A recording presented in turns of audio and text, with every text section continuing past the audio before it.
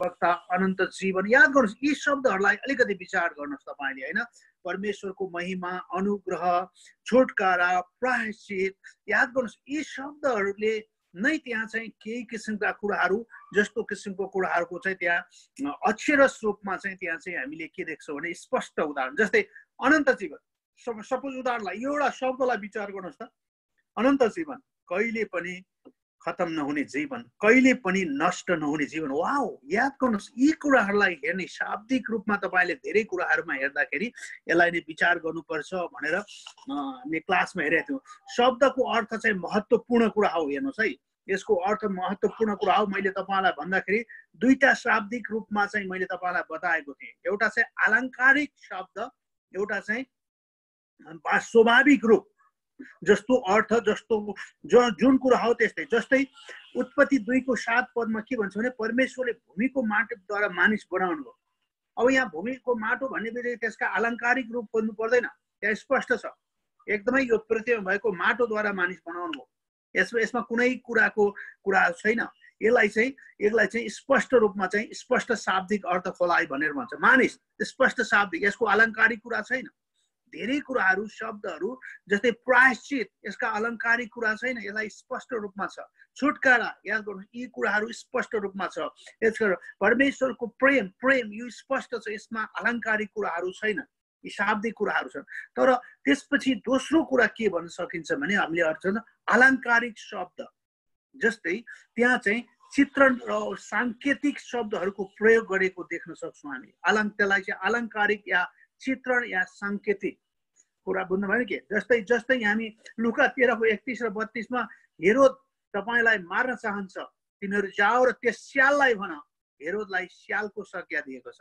हेरोद त स्याल होइन यहाँ चाहिँ के दिएको छ भने यहाँ चाहिँ एकदमै अलङ्कारिक रूपमा चाहिँ दिएको छ जस्तै यिर्मिया 17 को 1 मा यहुदाको पाप फलामको कलम हो याद गर्नु फलामको कलम फलामको हुँदैन तर के छ भने फलामले कुदे जस्तै उसको पापलाई चाहिँ प्रमाणित गर्ने कुराहरू गरेको कुराहरू हामी देख्न सक्छौँ जस्ता शब्दहरूलाई विचार गर्ने तपाईलाई मैले बताएको एउटा चाहिँ स्वाभाविक रूपमा स्पष्ट शाब्दिक अर्थ खोलाइ स्पष्ट शब्दको अर्थ खोल्ने र अर्को कुरा जस्तै पाप स्पष्ट शब्द त्यहाँ कुनै अलङ्कारिक कुरा छैन जस्तै स्यालको संज्ञा कसैलाई दिएको छ जस्तै त्यो कुरालाई हेर्ने हो भनेदेखि एउटा मानिसलाई हेरोद स्याल हुन सक्दैन अनि त्यसकारणले त्यसमा अलङ्कारिक शब्द यो दुईटा कुराको बीचमा तपाईले जहिले पनि भिन्नता छुटाउनु पर्छ भनेर हामीले हेरेको थियौँ स्पष्ट र वा अलङ्कारिक रूपमा सञ्चार गर्न सकिन्छ शब्दको अर्थलाई यसरी निर्धारण गर्न सकिन्छ कि आधारभूत परिभाषाद्वारा धर्मशास्त्रका अन्य ठाउँमा भएका यसको प्रयोगद्वारा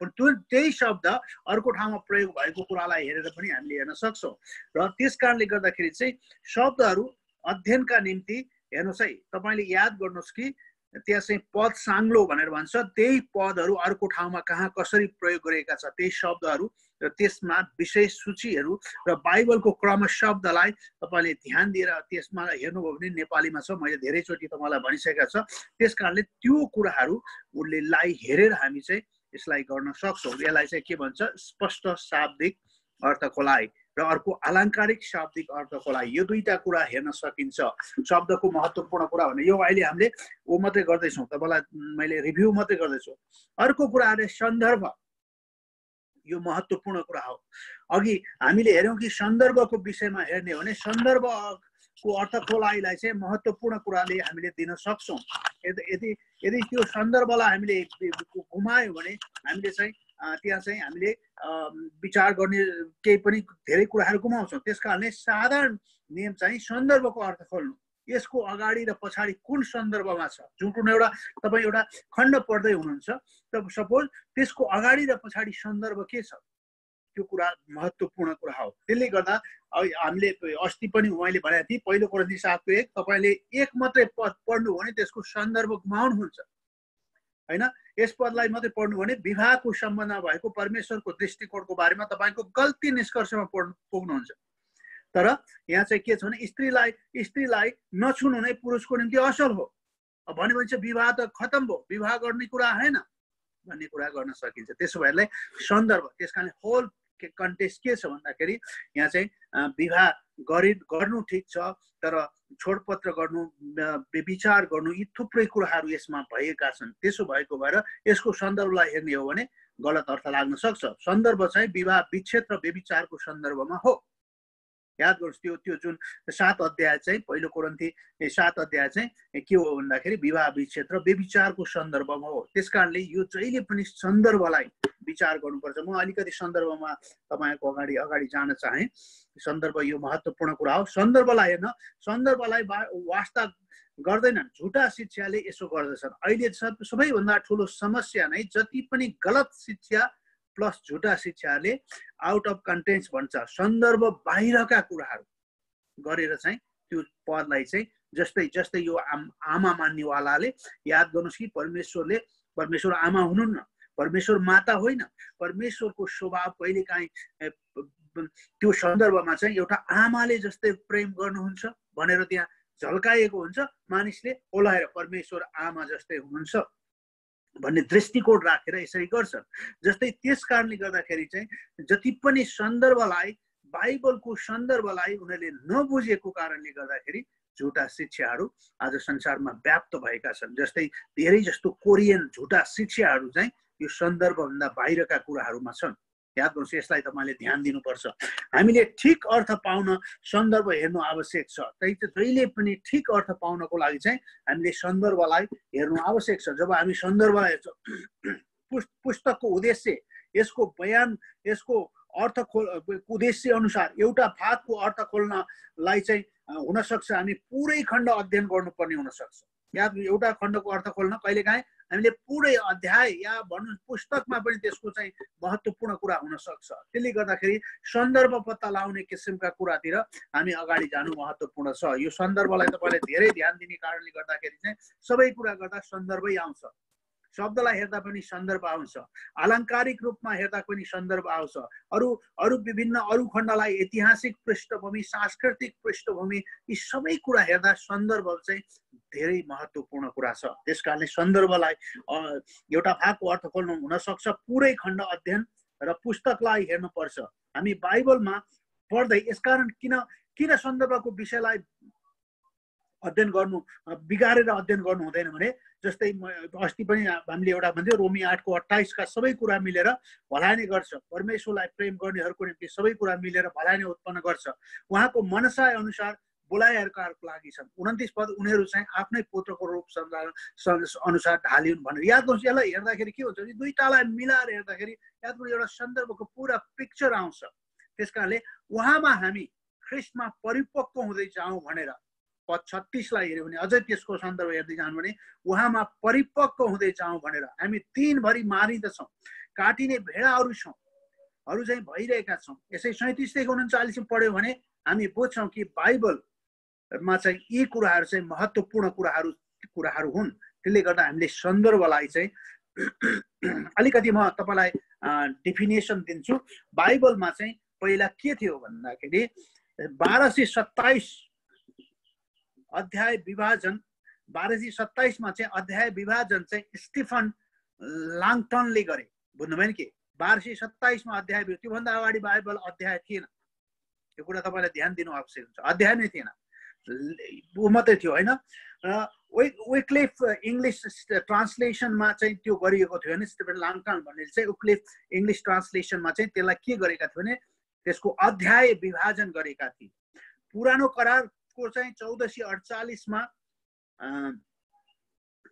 रब्बी नाथान लिएर 1448 पदहरू विभाजन भयो। त्यसपछि चाहिँ गएर उनीहरूले पुरानो करारको 1448 मा चाहिँ त्यहाँ पदहरू विभाजन गर्ने कुरा भयो।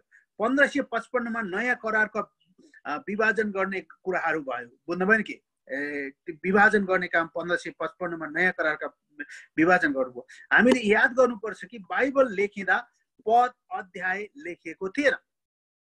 याद गर्नु, सन्दर्भ त्यहाँ हेर्ने हो भने सन्दर्भ नै थियो। अझै हेर्ने भने सन्दर्भलाई हामी बुझ्नु पर्ने आवश्यकता थियो। त्यसो भएको भएर वाचम्यान लीले चाहिँ एफिसीको पुस्तकलाई चाहिँ तपाईँले देख्नुहुन्छ 3 भागमा विभाजन गरेका छन्। याद गर्नुहोस्, 1 देखि 3 सम्म ख्रिस्टमा विश्वासी को हो भनेर, 4 देखि 6 को 10 सम्म विश्वासीको हिँडाइ, र 6 को 10 देखि अन्तिमसम्म खडा हुनु। याद गर्नुहोस् यी कुराहरू उनले उनको तर्फबाट त्यो किसिमको कुराहरू गरेका छन्। त्यसो भएर तीनटा खण्ड तीनटा भागमा मात्रै विभाजन गरेका छन्। सन्दर्भ महत्त्वपूर्ण कुरा हो भन्ने देखाउन उदाहरण मात्रै देखाएको कुराहरू। 66वटा पुस्तक, एउटा पुस्तकले अर्को पुस्तकको सन्दर्भ बताउँदछ, त्यसैले सन्दर्भ महत्त्वपूर्ण हो। जहिले पनि तपाईँ र मैले सन्दर्भलाई ध्यान दिनुपर्छ। त्यसैले ठिक अर्थको लागि सन्दर्भ चाहिँ एकमात्र महत्त्वपूर्ण खण्ड हो। जहिले पनि तपाईँले सन्दर्भलाई विचार गर्नु चाहिँ महत्त्वपूर्ण हो। त्यसैले ठिक अर्थको लागिको सन्दर्भ चाहिँ एकमात्र महत्त्वपूर्ण हो। बाइबलको प्रत्येक पदको निम्ति सन्दर्भ चाहिँ बाइबल नै हो। याद गर्नुभएको छ, प्रत्येक पदको निम्ति सन्दर्भ चाहिँ बाइबल नै, अर्को सन्दर्भ छैन, बाइबल नै सन्दर्भ हो। त्यसले गर्दाखेरि हामीले विचार गर्नुपर्ने पद, वाक्य, अनुच्छेद, वरपरका अनुच्छेदहरू, अध्याय, खण्ड, पुस्तक र सम्पूर्ण बाइबल। त्यसकारणले बाइबलको एउटा मात्रै खण्डलाई लिएर आज जति पनि झुटा शिक्षाहरूले छन्, एउटा मात्रै खण्ड, एउटा मात्रै पद, एउटा मात्रै अध्याय होइन, पुरा बाइबल नै यसको सन्दर्भ हो। त्यसकारणले सन्दर्भलाई तपाईँ र मैले विचार गर्ने कुरा हुन्छ। याद गर्नुहोस् कि यसलाई याद गर्नु चाहिँ बाइबललाई परमेश्वरको प्रेम पत्र पनि भन्ने चलन छ। मतलब मानिसले पाप गर्यो, पापको ज्याला मृत्यु थियो, तर परमेश्वरको अनुग्रहको वरदान ख्रीष्ट येशूमा अनन्त जीवन। याद गर्नुहोस्, यस कारणले यो दुईटा कुरालाई तैले पनि हामीले याद गर्नुपर्छ कि सन्दर्भ। तपाईको अध्ययन गर्न लाग्नु भएको पुस्तकको भाग गरेर अध्ययन गर्नुभन्दा पहिले पुरै पुस्तक पढ्नु पनि पर्नुहुन्छ। अगाडि र पछाडिका अनुच्छेदलाई पढ्नुपर्ने हुन्छ। यो किन यहाँ छ, यसको अगाडि र पछाडिको खण्डहरू, यसको सम्बन्ध कस्तो छ, अध्याय र पुस्तकसँग यसको सम्बन्ध कस्तो छ, यी कुराहरू चाहिँ हामीले याद गर्छौँ। मैले तपाईँलाई भन्न खोजेको कुरालाई तपाईँले ध्यान दिनुहोस् कि सन्दर्भलाई हेर्ने कुराहरू चाहिँ महत्त्वपूर्ण कुरा हो। हामी जब सन्दर्भलाई हेर्छौँ, यसले चाहिँ हामीलाई महत्त्वपूर्ण कुरा देखाउँछ। त्यसकारणले गर्दा बाइबल अर्थको लागेको महत्त्वपूर्ण कुरा चाहिँ सन्दर्भ हो। हामीले दुईटा कुरा तपाईँहरूको अगाडि म तपाईँलाई बताउन चाहेको, एउटा शाब्दिक रूपमा अर्थ खोलाइ, अर्को सन्दर्भ रूपमा अर्थ खोलाइ, सन्दर्भगत दृष्टिगत गरी अर्थ खोलाइ। यो कुरा चाहिँ हामी बाइबल अध्ययन गर्ने बाइबलका विश्वासीहरूले चाहिँ यसलाई विशेष गरी ध्यान दिनु आवश्यक छ। तपाईँले यसलाई फेरि पनि ध्यान दिएको म चाहन्छु। याद गर्नुहोस्, यसलाई शाब्दिक रूपमा अर्थ खोलाइ र सन्दर्भको रूपमा अर्थ खोलाइ। हामीले 6वटा साधारण नियमहरू छ। यो चाहिँ साधारण नियमहरू हुन् है। हेर्नुहोस् है, यो साधारण नियम भन्नु मतलब यो नियम चाहिँ एकदमै बाइबलको लागि महत्त्वपूर्ण कुरा छ। हामी यी नियमभित्र रहेर हामी अर्थ खोल्न सक्छौँ। हामीले आफ्नै किसिमले होइन त्यत्तिकै गरेर अर्थ खोल्दैनौँ। र यसले गर्दा यो कुरालाई विशेष ध्यान दिनु आवश्यक छ। साधारण नियमको अर्थ खोलाइलाई हामीले त्यसकाले होल पुरै बाइबललाई अर्थ खोल्नलाई चाहिँ बाइबलका सबै नियमहरू, साधारण नियम र पछि हामी विशेष नियम सायद अर्को क्लासमा हामी पढ्छौँ। अहिले चाहिँ हामी साधारण नियमको शाब्दिक रूपमा अर्थ खोलाइ भनेर पढेका छौँ। हामीले पहिलो कुरा चाहिँ शाब्दिक रूपमा अर्थ खोलाइ। जसरी मैले तपाईँलाई अगाडि बताइसकेँ, दुई किसिमका स्पष्ट शाब्दिक र अलङ्कारिक शाब्दिक। एउटा तपाईँले एउटा खण्ड लिनुहोस्, त्यसको शब्द विचार गर्नुहोस् र ती शब्दहरूको अर्थ खोल्ने कोसिस गर्नुहोस्। त्यसपछि दोस्रो कुरा त्यो अलङ्कारिक शब्द छ कि त्यो स्पष्ट शाब्दिक अर्थ खोलाइ छ, यसलाई ध्यान दिनु आवश्यक छ। सायद तपाईँले बुझ्नुभयो होला। र दोस्रो सन्दर्भ। हामी एउटा नेपालीमा उखान गर्छौँ नि, काम कुरो एकातिर कुम्रो उपकी ठिमीतिर भनेर भन्छ। म एउटा कुरा गर्छु, उसले अर्को कुरा बुझिरहेको छु भन्छ। त्यो सन्दर्भभन्दा बाहिरका कुराहरू। मैले भन्न खोजेको कुरा, हामीले चाहिँ सन्दर्भलाई हेर्नुपर्छ। तपाईँलाई एउटा उदाहरण दिन्छु। हराएको छोराको लुका 15 अध्यायमा हेर्ने भने त्यहाँ चाहिँ हामीले सन्दर्भ हेर्ने भने हराएको छोरा मात्रै होइन, प्रेमी र पिताको सन्दर्भ पनि हुन सक्छ नि त्यहाँ, होइन? किनभने त्यहाँ पिताको हृदयको बारेमा स्पष्ट कुरा देख्न सकिन्छ। हामी त्यसबाट अर्को पनि विषय बनाउन सक्छौँ। तर कुरा के छ भने हामीले त्यो सन्दर्भ चाहिँ के छ भने छोरा र बाबुको सम्बन्धको बिचमा एउटा सन्दर्भ त्यहाँ प्रस्तुत गरेको छ। याद गर्नु, परमेश्वर र मानिस बिचको सम्बन्धमा एउटा सन्दर्भ प्रस्तुत गरिएको छ। त्यसले गर्दा त्यो सन्दर्भ अरू जुनसुकै कुरा हेर्न सकिन्छ, होइन? हामी थुप्रै हाम्रा बाइबलका खण्डहरूलाई तपाईँले सन्दर्भ कुन सन्दर्भमा छ, त्यो सन्दर्भलाई दृष्टिगत गरी अर्थ खोलाइका नियमहरू तपाईँले पालन गर्नुपर्ने अर्को नियम चाहिँ सन्दर्भ हो। तपाईँले दुईटा कुरा विशेष जोड दिएको मैले तपाईँलाई थाहा छ, शाब्दिक रूपमा र सन्दर्भको रूपमा। हामीले धेरै ध्यान दिनुपर्छ। अब तेस्रो चाहिँ म तपाईँको अगाडि, किनभने यो दुईटासँग चाहिँ म तपाईँलाई रिभ्यूमा छु, कारण के भने मैले अघिल्लो चोटि यो क्लास गरिसकेको छ शाब्दिक रूपमा र सन्दर्भ अनुसार अर्थ खोलाए। र अर्को हामी आज अर्को 4वटा बाँकी हेर्नेछौँ होला, सायद समय पुग्छ होला, हामी हेर्नेछौँ ऐतिहासिक सांस्कृतिक दृष्टिगत गरी अर्थ खोलाइ होइन। अब जस्तो कि ऐतिहासिक र सांस्कृतिक कुरालाई, ऐतिहासिक र सांस्कृतिक संस्कृतिलाई दृष्टिगत गरी अर्थ खोल्नु। प्रेरित 15 को 1 देखि 39 सम्म तल उल्लेखित कुराहरूलाई विचार गर्नुहोस्, याद गर्नुहोस्। सुन्नुहोस् है, अब प्रेरित 15 अध्यायको 1 देखि 35 सम्म तपाईले त्यसलाई सांस्कृतिक र ऐतिहासिक दृष्टिगत गर्ने हो भने पहिलो कुरो तपाईले के हेर्नुपर्छ भने यो लुकाको पुस्तकको लेखकको, यसलाई ध्यान दिनुपर्छ। बुझ्नुभयो नि? के तपाईले ध्यान दिनुपर्छ, यो कति मितिमा लेखिएको थियो त्यसलाई ध्यान दिनुपर्छ। किनभने ऐतिहासिक कुराहरू हामीले पत्ता लगाउने, सांस्कृतिक कुराहरू हामीले पत्ता लगाउने कुराहरू हुन्छ। त्यसको अर्थ खोलाइको लागि यो विशेष नियम हो। त्यसकारणले तपाईलाई अरूको सन्दर्भ पुस्तकहरू, त्यसकारणले अरू कमेन्ट्रीहरू, अरू लेखकका विभिन्न दृष्टिकोणहरू पनि तपाईले यसमा पढ्नुपर्छ। त्यसकारणले बाइबलको त्यही लुका प्रेरित 15 को 1 देखि 39 सम्म मात्रै पढ्ने भन्दा नि त्यो किसिमको अब तपाईले कसरी पाउन सक्नुहुन्छ हैन। जस्तै लुकाको किताबको विषयमा तपाईलाई नेपालीमा भनिहाले, बाइबल शब्दकोशले त्यसको बारेमा, लुकाको पुस्तकको धेरै कुराहरूको बारेमा दिएको इन्फर्मेसनलाई तपाईले लिन सक्नुहुन्छ। र यसको लेखकको बारेमा याद गर्नु, जसले लेखे पनि त्यो लेखक एउटै हुन्छ हैन। त्यसकारण त्यो लेखकको बारेमा तपाईले ध्यान दिने, लेखिएको मितिको बारेमा तपाईले ध्यान दिने। सुन्नुस् है, यो कुरा ध्यान दिने कुराहरू। र लेखिएको स्थान कुन ठाउँबाट लेखिएको थियो लुकाको पुस्तक, के अरे प्रेरितको पुस्तक, त्यसलाई तपाईले ध्यान दिने आवश्यकता छ हैन। र लेख्नुको कारण पनि तपाईले देख्न सक्नुहुन्छ, प्रेरितको पुस्तक परमेश्वरको जनहरूलाई किन लेख्न लगाउनु, यसको कारणहरू पनि तपाईले पत्ता लगाउनुहुन्छ। यसको पाठकहरू को थिए? अघि हाम्रो रामकुमार भाइले एउटा सोध्नु भएको प्रश्नको जवाफमा चाहिँ गलाती 2 अध्यायमा, गलाती 2 अध्यायको पाठकहरू को थिए? गलातियन चर्चका विश्वासीहरू थिए। याद गर्छु, उनीहरूको बारेमा पनि हामीले अलिकति गलातियनहरू के थिए त, गलाती सहरको अवस्था के थियो हैन, त्यसको सांस्कृतिक पृष्ठभूमि के थियो, याद गर्नु, व्यवस्था र यहुदीहरूको बीचको सम्बन्ध के थियो, हो यो कुरालाई चाहिँ हामीले विचार गर्नुपर्ने। त्यसकारणले लेखेको स्थान कहाँ थियो र यसको लेख्नुको कारण क्या थियो, यसको पाठकहरू कसको लागि पावलले लेखेका थिए। याद गर्छु, या पावलले मात्रै अरू लेखकहरूले के कुराको लागि यो पत्र लेखेका थिए। अनि यसको पाठकहरू र राजनीतिक पृष्ठभूमि याद गर्नुहोस्। मैले तपाईँलाई एउटा बताउन खोजेको कुरा चाहिँ अब जेलको कुरा आयो होइन। हामीले प्रेरितको पुस्तक पढ्दा हामी हेऱ्यौँ भने पत्रुस र यूहन्ना जेलमा पढ्यो। तपाईँलाई यहाँ विचार गर्नुहोस्। अब तपाईँले विचार गर्नुहोस्, अब आजको सन्दर्भमा हामी पुस्तक पढ्दैछौँ। यो पुस्तक कहिले लेखिएको थियो?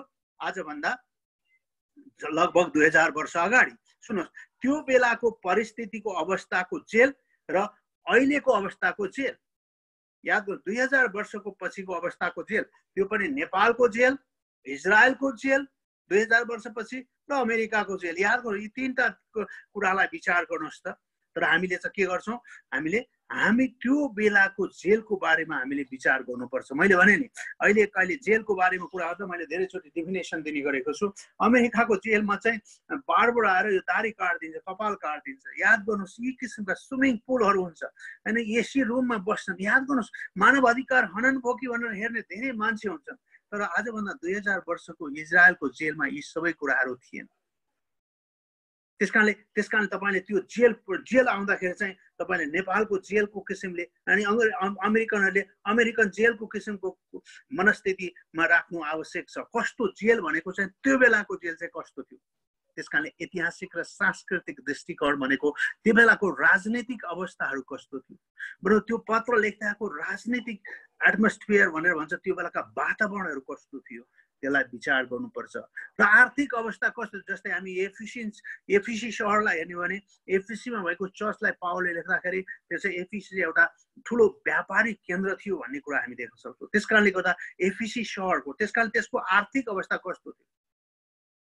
त्यतिखेरको इजरायलका मानिसहरूले को राजनीतिक आर्थिक अवस्था कस्तो थियो, धार्मिक अवस्था कस्तो थियो। जस्तै त्यहाँ ज्युजहरू, यहुदीहरू थिए, त्यहाँ विश्वास गर्ने यहुदीहरू थिए, विश्वास गर्ने अन्य जातिहरू थिए। यी किसिमका कुराहरूको बिचमा भिन्नताहरू हामीले हेर्नु आवश्यक छ। भिन्नता मतलब यसको अध्ययन गर्नु आवश्यक छ। अनि त्यो अर्थ खोल्दा वा त्यस कारणले पावलले जस्तै हामी कोरिन्थीको कुरामा हेऱ्यौँ भने धेरै व्यभिचारका विषयमा कोरिन्थीका चर्चहरूमा कोरिन्थीको चर्चलाई थुप्रै कुरामा व्यभिचारका कुराहरूदेखि लिएर अपवित्रताका कुराहरूमा पावलले धेरै इम्फेसिस दिएको छन्। किनभने कोरिन्थी चाहिँ त्यही किसिमको सहर थियो अनि त्यहाँका विश्वासीहरू पनि त्यही मानिसहरू ती चर्चका विश्वासी भएका थिए र उनीहरूले येशू ख्रीष्टको अनुग्रहद्वारा मुक्ति पाएको कुरालाई बिर्सेका थिए। हो त्यो कुरा देखाउनको लागि चाहिँ उनीहरूले त्यो कुरा गर्दा त्यसकारणले हामीले यी कुरा के अरे सामाजिक त्यस बेलाका धार्मिक कुराहरूलाई र न्यायिक कुराहरूलाई नैतिक कुराहरूलाई हामीले हेर्नु आवश्यक छ। त्यतिखेरको अहिलेको होइन, अहिलेको 21औं शताब्दीको कुरा होइन यो त्यति बेला बाइबल लेख्दाखेरिको समय। तपाईले जुन खण्ड हेर्नुहुन्छ त्यो खण्डको समय अवधि, लेखाको समय अवधि र त्यो बेलाको विषयलाई पनि दृष्टिगत गरेर अर्थ खोल्नुपर्छ। ऐतिहासिकको लागि हामी अझै अर्को कुरा एउटा उदाहरण पनि हेर्छौँ। पहिलो कोरिन्थी 11 को 2 देखि 16 सम्म याद गर्नुहोस्। यहाँ हेर्नुभयो भने तपाईले के देख्न सक्नुहुन्छ भने अब यो घुम्टोको कुराले, घुम्टोले स्त्रीलाई मण्डलीमा र वेश्याबाट छुट्याएको थियो। घुम्टोले चाहिँ वेश्या र मण्डलीको बीचको त्यो दूरी थियो नि, त्यसलाई चाहिँ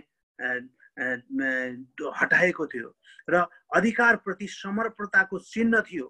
मतलब तपाईँ समर्पित भएर परमेश्वरको सेवा गर्ने कुराहरू याद गर्नुहोस्। तपाईँले मैले भने नि याद गर्नुहोस्, अहिले कतिपय अवस्थामा मान्छेहरूले चर्चमा चाहिँ कि त्यही कुराहरू नबुझिकन घुम्टो हाल्ने किसिमका प्रचलनहरू छ र पावलले त्यो भन्न खोजेको के त्यहाँ समर्पणताको कुरा थियो।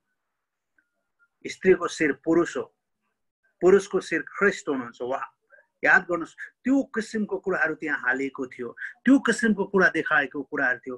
पहिलो कुरो समर्पणता, दोस्रो कुरो वेश्यासँगको सम्बन्ध थियो। किनभने वेश्या चिन्हलाई मैले तपाईँलाई एउटा आज उदाहरण पनि दिएको छु।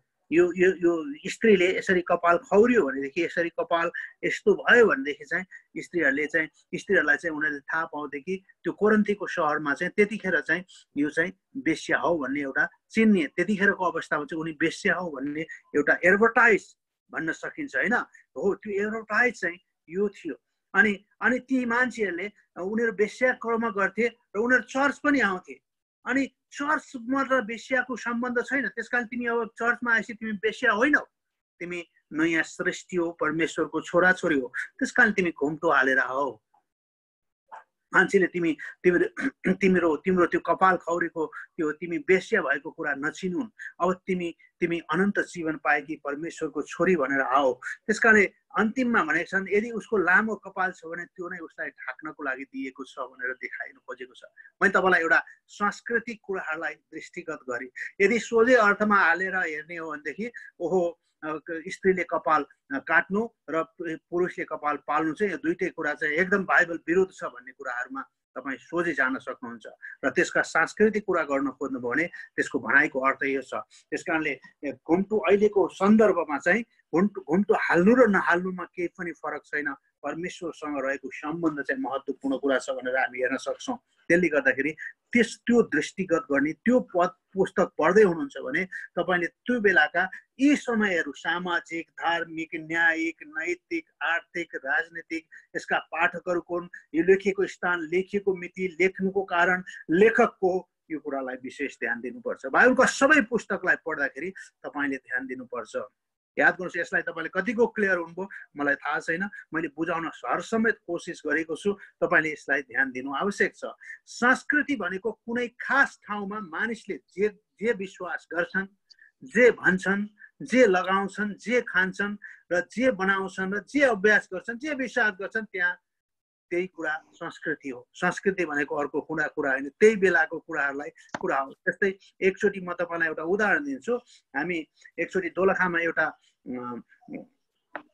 जना विश्वासी बित्नुभयो प्रभुमा, उहाँको अन्त्येष्टि गर्न जाँदाखेरि त्यहाँका मानिसले विरोध गरे। अनि पछि चाहिँ मैले के भने नि हामी 4 जना मात्रै विश्वासी थियौँ, हामीले त्यो सबै कुरा गर्न सक्दैन थियौँ। त्यहाँकै मानिसहरूलाई मैले प्रयोग गरेर चाहिँ गरेँ। तपाईँहरू यो लासलाई कसरी लानुहुन्थ्यो गाड्ने ठाउँसम्म भन्दा बाँसको बनाउँथ्यो। हो, बाँसकै बनाउनुहोस्। याद गर्नुहोस्, हामीले त्यो बाकसै चाहिन्छ भन्ने मनस्थिति छ नि, हो त्यसलाई हामीले मेटाउनु पर्छ। त्यो त्यो त्यो संस्कृति त्यो संस्कृतिको बेलामा त्यतिखेरको लागि आवश्यक कुरा हुन सक्छ।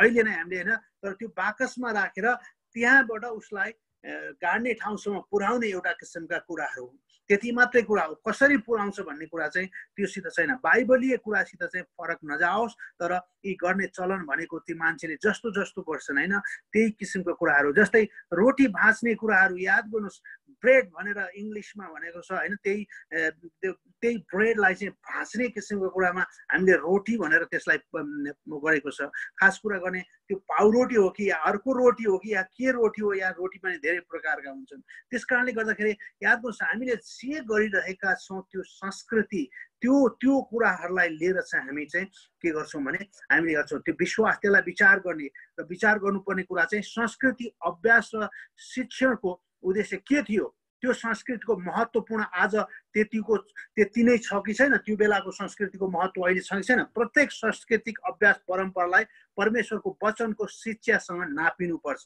याद गर्नुहोस्, परमेश्वरको वचनको शिक्षामा फरक पर्ने कि छ कि छैन। एउटा मान्छेलाई अन्त्येष्टि गर्ने कुरालाई लिएर एउटा मान्छेको विवाहकै कुरा गरौँ, याद गर्नुहोस्, विवाहकै कुरा गर्नुहोस्, सेतो लुगा लाउनुपर्छ या रातो लुगा लाउँछ, पहेँलो लुगा लाउनुपर्छ, यसमा केही पनि फरक छैन। या त विवाहमा चाहिँ के हो महत्त्वपूर्ण कुरा भन्दा दुईटा स्त्री र पुरुषको बीचमा परमेश्वरको उपस्थितिमा करार बाँध्नु चाहिँ महत्त्वपूर्ण कुरा। करार चाहिँ बाँधिएको छैन, सेतो लुगा मात्रै लगाएको छ अनि सबै कुरा गरेको छ, प्रार्थनाको कुरा भन्दा नि करार हाम्रो किसिमको कुरा छैन भने लुगा लगाउनेसित त्यहाँ गर्ने कुराहरूसित सम्बन्ध होइन। सम्बन्ध चाहिँ यो कुरासित हो कि त्यहाँ चाहिँ परमेश्वरको वचन र परमेश्वरको करारको प्रार्थना र करार र परमेश्वरको उपस्थिति महत्त्वपूर्ण कुरा हो। त्यहाँ परमेश्वरको उपस्थिति छ कि छैन। त्यस कारणले यी कुराहरूले दृष्टिगत गरेर बाइबलको अर्थ खोल्नुपर्छ। त्यस कारणले बाइबलको अर्थ खोल्दा तपाईँले जहिले पनि ती विषयमा हेरेर तपाईँले अर्थ खोल्न सक्नुहुन्छ। तपाईँले सोमबारको क्लासमा, मेरो क्लासमा आउनुभयो भने चर्च सेवकाईको बारेमा हामीले धेरै कुराहरू हामीले सिक्न सक्छौँ। त्यस कारण तपाईँलाई म अनुरोध गर्दछु, तपाईँ समय छ भने ती कुराहरूमा आउनुहोस्। तपाईँले धेरै कुराहरू यसमा सिक्नुहुन्छ। त्यस कारणले गर्दा हामीले सांस्कृतिक र ऐतिहासिक र सांस्कृतिक दृष्टिगत गरी अर्थ खोला। याद गर्नु, साधारण नेमहरू फेरि म तपाईँलाई दोहोऱ्याउँछु, शाब्दिक रूपमा स्पष्ट शाब्दिक वा अलङ्कारिक शाब्दिक, यसलाई ध्यान दिनुहोस् है। स्पष्ट शाब्दिक, अलङ्कारिक शाब्दिक, र अर्को कुरा सन्दर्भ,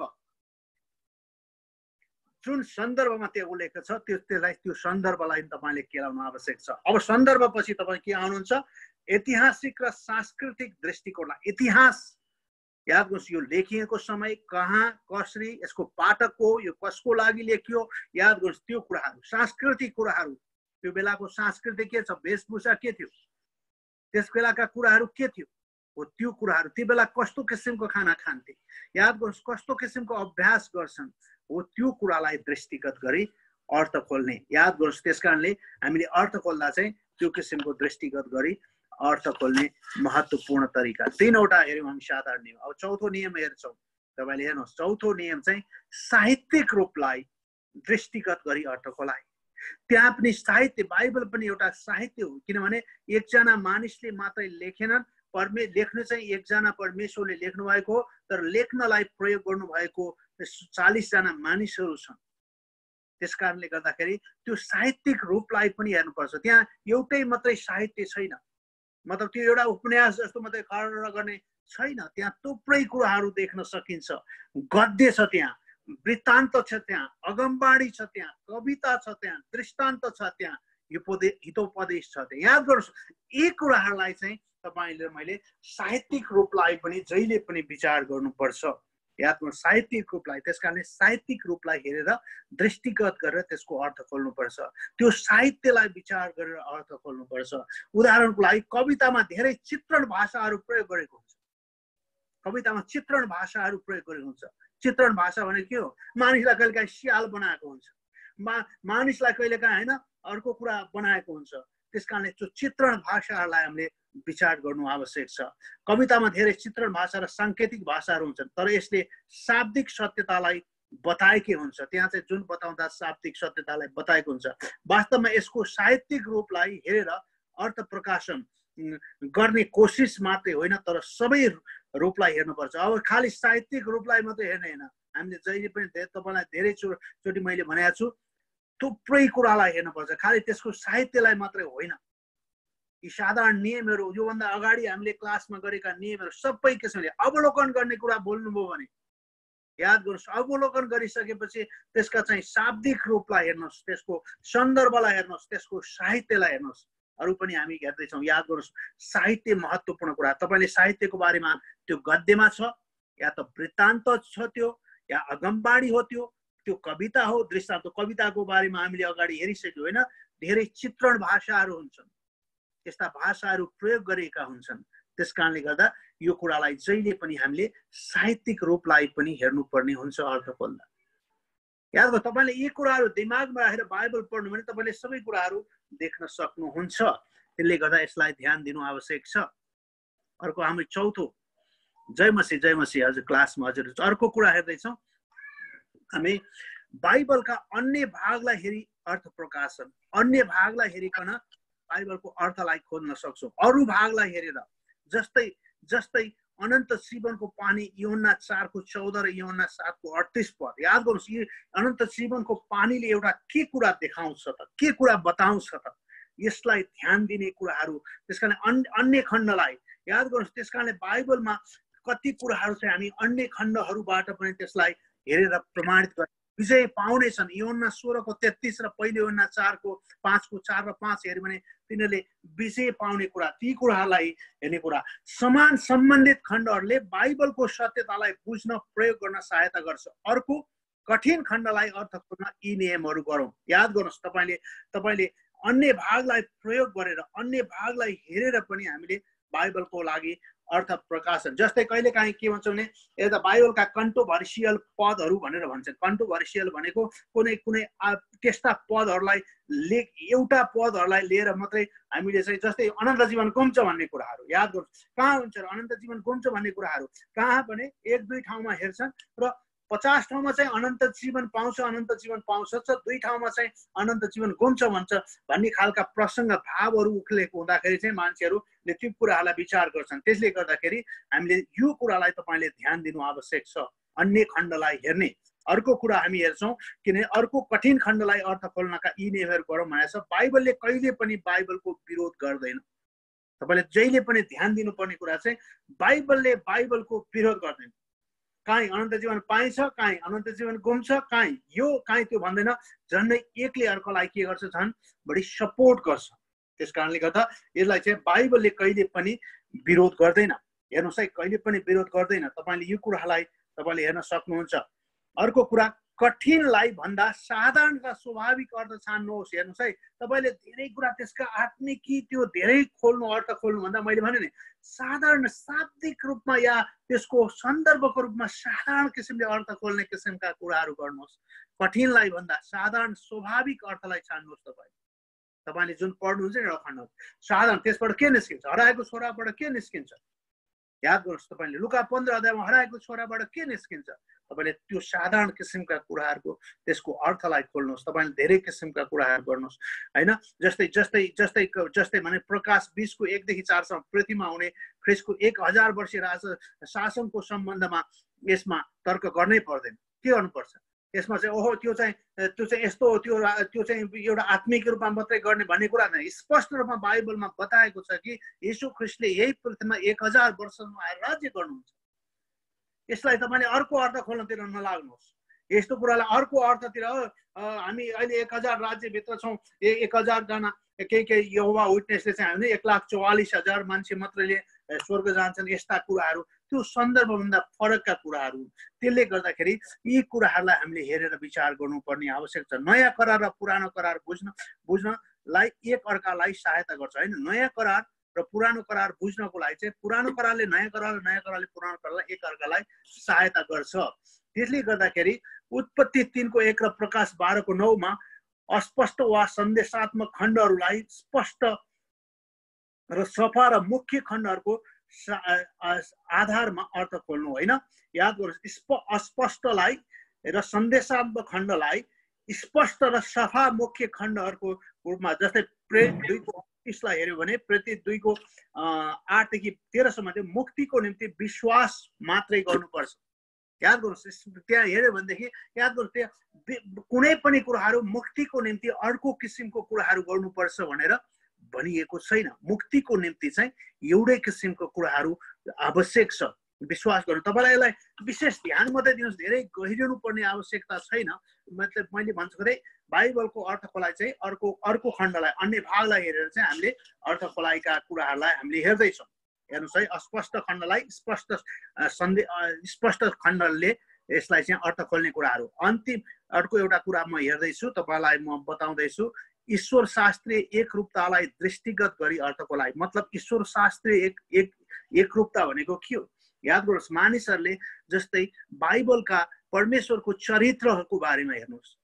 प्रेम, परमेश्वरको चरित्र प्रेम। याद गर्नु, प्रेमलाई तपाईँले धेरै, परमेश्वरले प्रेमलाई जुन किसिमले परिभाषित गर्नुभएको छ, उहाँको कृपालाई जुन किसिमले परिभाषित गर्नुभएको छ, मुक्ति जुन किसिमले परिभाषित गर्नुभएको छ, अनन्त जीवन जुन किसिमले मानिस जुन किसिमले परमेश्वरले परिभाषित गर्नुभएको छ, यसलाई चाहिँ हामीले कुनै पनि कुराले चाहिँ हामी बदल्न सक्दैनौँ। मुक्तिको निम्ति आवश्यक कुरा अनुग्रह, यसलाई हामीले बदल्न सक्दैनौँ। येशू ख्रीष्टले क्रुसमा सिद्धाउनु भएको कार्य, यसलाई हामीले बदल्न सक्दैनौँ। यी कुराहरूलाई हामीले चाहिँ के गर्छौँ भने ईश्वर शास्त्रीय एकरूपता, यी सबैले एउटै कुरा। मैले भन्छु साल्भेसन इस्यु, याद गर्नु, मुक्तिको सन्देश, अर्को कुनै पनि सुसमाचार छैन। अघि मैले हाम्रो रामकुमार भाइलाई भन्दै थिएँ, अर्को कुनै सुसमाचार छैन। मतलब के हो? येशू ख्रीष्ट कुनै ढुङ्गो हुनुहुन्छ। येशू ख्रीष्टले सबैको पापको ज्याला क्रुसमा तिर्नु भएको छ। अब मुक्ति पाउनको लागि मैले केही पनि गर्नु पर्दैन। ख्रीष्टले क्रुसमा बगाएको रगतलाई मैले विश्वास गरेपछि मैले अनन्त जीवन पाउँछु। याद गर्नुहोस्, यी किसिमका कुराहरू चाहिँ त्यसकारण त्यो किसिमको कुरालाई, परमेश्वरको स्वभावलाई, परमेश्वरको चरित्रलाई, परमेश्वरले गर्नुहुने कुरालाई हेरेर हामी अर्थ खोल्न सक्छौँ।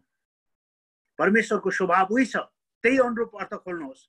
परमेश्वरको स्वभाव, परमेश्वर, याद गर्नुहोस्, कहिलेकाहीँ मानिसहरूले विभिन्न किसिमको परमेश्वरलाई चाहिँ एउटा शासक जस्तो बनाउँछन्। तर परमेश्वर शासक हुनु न, परमेश्वर हुनुहुन्छ, सृष्टिकर्ता हुनुहुन्छ र अनुग्रहकारी, दयालु, परमेश्वरको प्रेमिलो, परमेश्वरको यी कुराहरूलाई दृष्टिगत गरेर तपाईँले अर्थ खोल्नु पर्छ। याद गर्नुहोस्, परमेश्वरले, याद गर्नुहोस्, यी किसिमका कुराहरू चाहिँ महत्त्वपूर्ण कुरा हो। यी किसिमका कुरालाई चाहिँ हामीले विचार गर्नुपर्छ। आज मैले तपाईँलाई बताएको कुराहरूलाई तपाईँले कतिको ध्यान दिनु म थाहा छैन, तर पनि म तपाईँलाई फेरि एकचोटि हामीले हेरेका कुराहरूलाई अलिकति म ध्यान दिन चाहन्छु। आजको क्लासमा हामीले के गरेको भने साधारण नियमहरू अर्थ खोलाएका। यी साधारण नियम 6वटा नियमहरू थियो। यी 6वटा नियममा एउटा चाहिँ शाब्दिक रूपमा, फेरि पनि तपाईँलाई मैले बताइरहेको छु, शब्दलाई हेर्नु, शब्दका नि दुईटा रूपहरू हुन्छन्, एउटा अलङ्कारिक या स्पष्ट शाब्दिक, एउटा अलङ्कारिक शाब्दिक। जस्तै हेरोदलाई स्यालको संज्ञा दिएको छ, त्यसकारण हेरोद स्याल होइन। हेरोद चाहिँ राजा भए पनि ऊ स्याल जस्तो छ भन्ने किसिमको कुराहरू देख्न खोज्दा त्यसलाई चाहिँ अलङ्कारिक भन्छ नि। स्पष्ट शाब्दिक, परमेश्वरले भूमिको माटोबाट मानिस बनाउनु भयो, यसमा अर्को किसिमको कुरा छैन, अर्को किसिमको कुराहरू त्यहाँ छैन। त्यसले गर्दाखेरि यसलाई चाहिँ हामीले विचार गर्नुपर्ने कुरा हुन्छ। त्यसले गर्दा तपाईँले ध्यान दिनुपर्ने महत्त्वपूर्ण कुरालाई दिनुहोस्। दोस्रो कुरा चाहिँ सन्दर्भ अनुसार अर्थ खोलाइ, सन्दर्भ अनुसार अर्थ खोल्नुहोस्। याद गर्नु, सन्दर्भलाई विचार गर्नुहोस्। मैले सन्दर्भलाई धेरै जोड दिएको छु। शब्द, सन्दर्भ, याद गर्नु, शब्द अर्को सन्दर्भ। जुन सन्दर्भ छ त्यो सन्दर्भलाई बिचमा विचार गर्नलाई तपाईँले कहिलेकाहीँ त्यसको सबै कुराहरूको बारेमा जान्नु आवश्यक छ। सबै कुराहरूको बारेमा तपाईँले त्यो कुन सन्दर्भमा लेखिएको छ त्यसलाई विचार, अगाडि पछाडिको खण्ड हेर्नुपर्ने आवश्यकता हुन्छ। याद पुरै पुस्तक पनि कहिलेकाहीँ हेर्नुपर्ने कुराहरू हुन सक्छ। अर्को कुरा ऐतिहासिक र सांस्कृतिक दृष्टिगत गरी अर्थ खोलाइ, मतलब त्यो कहिले लेखिएको थियो, त्यो बेलाको परिस्थिति, इतिहासका कुराहरू, त्यसका पाठक को थिए, त्यसका लेखक को थिए, त्यो बेलाका रहन सहनहरू, त्यसका सांस्कृतिकहरू, त्यसका सबै कुराहरू कस्तो थियो, त्यो कुरालाई विचार गर्नुपर्छ हामीले। अनि मात्रै हामीले बढ्छौँ। सायद हाम्रा शिक्षकहरूले पढाउँदाखेरि याद गर्नुहोस्, तपाईले ध्यान दिनुभएको छ भने ती क्लासहरू तपाईले गर्दाखेरि तपाईले विचार गर्नुभएको छ। जस्तै एफिसी सहरको बारेमा बताउँदाखेरि कस्तो सहर थियो, कोरिन्थी सहर कस्तो सहर थियो, याद गर्नुहोस् थेसलोनिकेको सहर कस्तो सहर थियो, त्यहाँका मान्छेहरू कस्तो थियो भनेर अगाडि बताइएको कुरा हुन्छ। त्यसकारण तपाईले कुनै पुस्तक पढ्नुहुन्छ भने त्यो बेलाको वातावरणलाई, त्यो बेलाको साहित्यिक रूपलाई, त्यो बेलाका कुराहरूलाई ध्यान दिनु आवश्यक छ। सायद के अरे ऐतिहासिक र सांस्कृतिक दृष्टिगत गरी अर्थ खोलाए। चौथो साहित्यिक रूप, याद गर्नुहोस् बाइबलमा विभिन्न साहित्यिक कुराहरू छन् हैन, जति पनि साहित्यिक रूप पद्यात्मक, कविता, गद्य, विवरण हैन, यी थुप्रै कुराहरू छन्। त्यसकारण त्यसको साहित्य कुन पढ्दै हुनुहुन्छ तपाईले। जस्तै कवितात्मक कुरा गर्दाखेरि थुप्रै अलङ्कारिक भाषाहरू प्रयोग गरेको हुन्छ कवितामा। त्यसकारण यी सबै कुरालाई पनि तपाईले दृष्टिगत गर्नुपर्छ। र अर्को बाइबलको अन्य खण्डहरूलाई हेरी अर्थ खोला। याद गर्नुहोस् एउटा मात्रै खण्ड होइन, त्यसकारणले कुनै पनि झुटा शिक्षाहरू जति पनि गर्छन् एउटा मात्रै खण्ड अथवा एउटा मात्रै पद, उनीहरूले सन्दर्भ हेर्दैन, उनीहरूले शब्दलाई हेर्दैन, उनीहरूले ऐतिहासिक कुरालाई हेर्दैन, उनीहरूले बाइबल के अरे साहित्यिक रूपलाई हेर्दैन र एउटा खण्डलाई। त्यसकारणले हामीले चाहिँ बाइबलको अन्य खण्डहरूलाई हेरेर पनि अर्थ खोलाइका कुराहरू गर्नुपर्ने आवश्यकता छ। र अर्को कुरा ईश्वर शास्त्रीय एकरूपता मैले तपाईलाई बताएको थिएँ। जस्तै अनुग्रहको विषयमा, प्रेमको विषयमा, यी कुराहरूमा चाहिँ मुक्तिको विषयमा हामीले हेर्ने हो भने यो चाहिँ एकरूपता छ। त्यसकारण त्यो दृष्टिकोण गरेर त्यसलाई पनि दृष्टिगत गर्नु आवश्यकता छ, त्यसलाई पनि तपाईले विचार गर्नुपर्ने आवश्यकता छ। मुक्तिको लागि अर्को उपाय छैन। तपाईले अर्थ खोल्दा अर्कोमा मुक्तिको एउटा उपाय, अर्को उपाय तपाईले कहीँ पनि त्यसरी खोल्न सक्नुहुन्न। त्यसकारणले ईश्वर शास्त्रीय एकरूपता भनेको मतलब मुक्ति, अनन्त जीवन, प्रेम, अनुग्रह, कृपा, परमेश्वरको स्वभाव फरक हुँदैन। यसलाई चाहिँ हामीले दृष्टिगत गरेर अर्थ खोल्ने। यो चाहिँ के छ भने हामीले 6वटा कुराहरू हेर्यौँ, साधारण नियमका अर्थ खोलाइहरू। म तपाईहरुको अगाडि यही कुरा, यो क्लास यही राख्न चाहन्छु। र अर्को क्लासमा चाहिँ हामी विशेष नियम हेर्नेछौँ।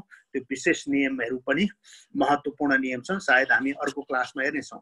अहिले चाहिँ हामी यो 6वटा कुराहरू चाहिँ आज ध्यान दियौँ भने हामीले बाइबललाई बुझ्नलाई धेरै किसिमका कुराहरू सजिलो पर्नेछ। आमेन। केही छ भने तपाईहरुले शेयरिङ गर्न सक्नुहुन्छ। जय मसीह सबैजनालाई।